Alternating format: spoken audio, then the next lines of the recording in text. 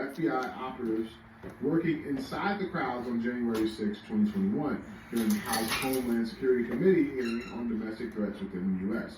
This confrontation took place exactly a year after Representative Higgins confronted Director Wray for FBI assets working inside the Capitol on January 6th.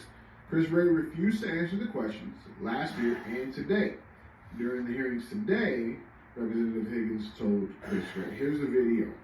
He said he was communicating with his FBI handler while people were entering the U.S. Capitol. Can you confirm that the FBI had that sort of engagement with your own agents embedded into the crowd on January 6th? If you are asking whether the violence... These two buses Mr. were Chairman. painted completely white. Point of order. As soon as we get into the good Point of stuff, order. Sure. let's stop talking about it. Run over the time.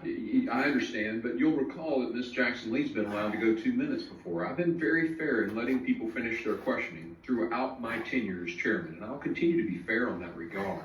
But I will make a note to the members that you could stay as close within your time as possible. We have a lot of people that want to ask these gentlemen questions.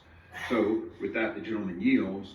But your point, I've been very fair in this, Mr. Ivey, with everybody on this. Antifa here. They escorted them here. You got to be. Lights flashing. You got to be effing kidding me. Lights flashing. Hey, you guys watching this? You got. Wild shit, man.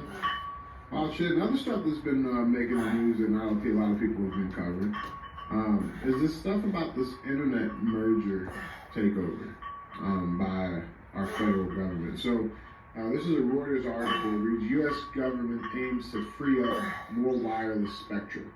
So what they're doing is that they are basically trying to push in this administrative arm that will control 2G, 5G, 6G when that unveils, for instance, right? For the first time in the agency's 90-year history, this has never happened. It's never happened.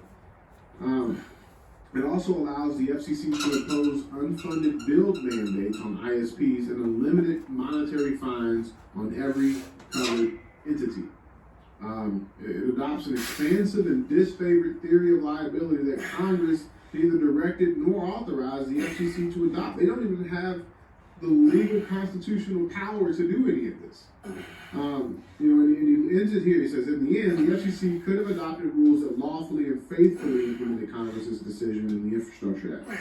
The FCC could have taken concrete steps that would have extended high-speed internet services to more Americans. In fact, the FCC cites a few such actions in its draft order that were raised in the record, including eliminating government-imposed and regulatory. It's not that you just run a back. It's not that they just, right. It's not that they just take your shit down or, put a fact check on your post. It's that they'll just throttle the traffic and nobody will see it. That's censorship in itself. Right. And the reason that this has been allowed to happen, there's two arguments. One, it was allowed to happen intentionally. They didn't regulate it intentionally. But two, the technology, when it first came around, the tech companies like Facebook and these other social media platforms, Google, and these guys got so much money so fast and filtered applications that are designed to be weapons, all right? And I talk to you guys about political correctness, and it doesn't make sense. You're like, what do you mean it's a weapon? Because they crafted a narrative in society where you're not allowed to speak the truth because it offends people's feelings. Some person you don't even know. Correct. Yeah. So what does that do to us as individuals? It creates a situation where we self-censor and we condition ourselves to not speak the truth.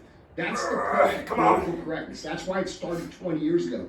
Then when, we look at what's happening with cancel culture, okay? Which is the greatest country that's ever been founded for the citizen of the country in the history of Earth. Have there been, it depends on how you're rating the success, right? Like, I'm sure if you're the king of Saudi Arabia and you've got $100 trillion or whatever they got, you probably think your system is the best.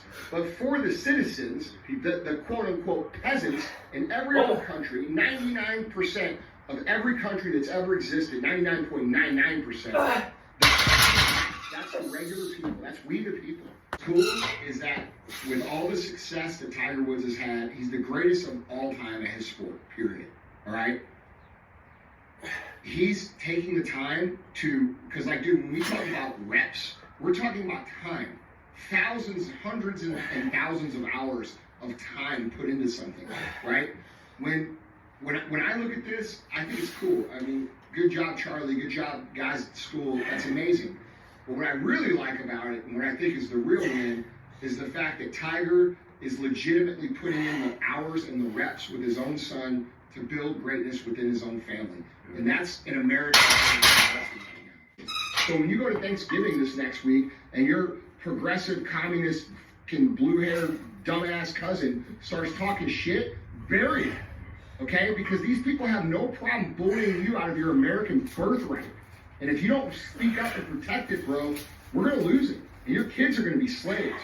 So it's something to think about, dude. We all have a responsibility in this mission, and it starts with sharing messages. Maybe share the show or speak it up in your own words. Either way, that's what's gotta happen, all right? So think about that. If we don't do this, we will lose, all right? Don't be a hoe. Sure.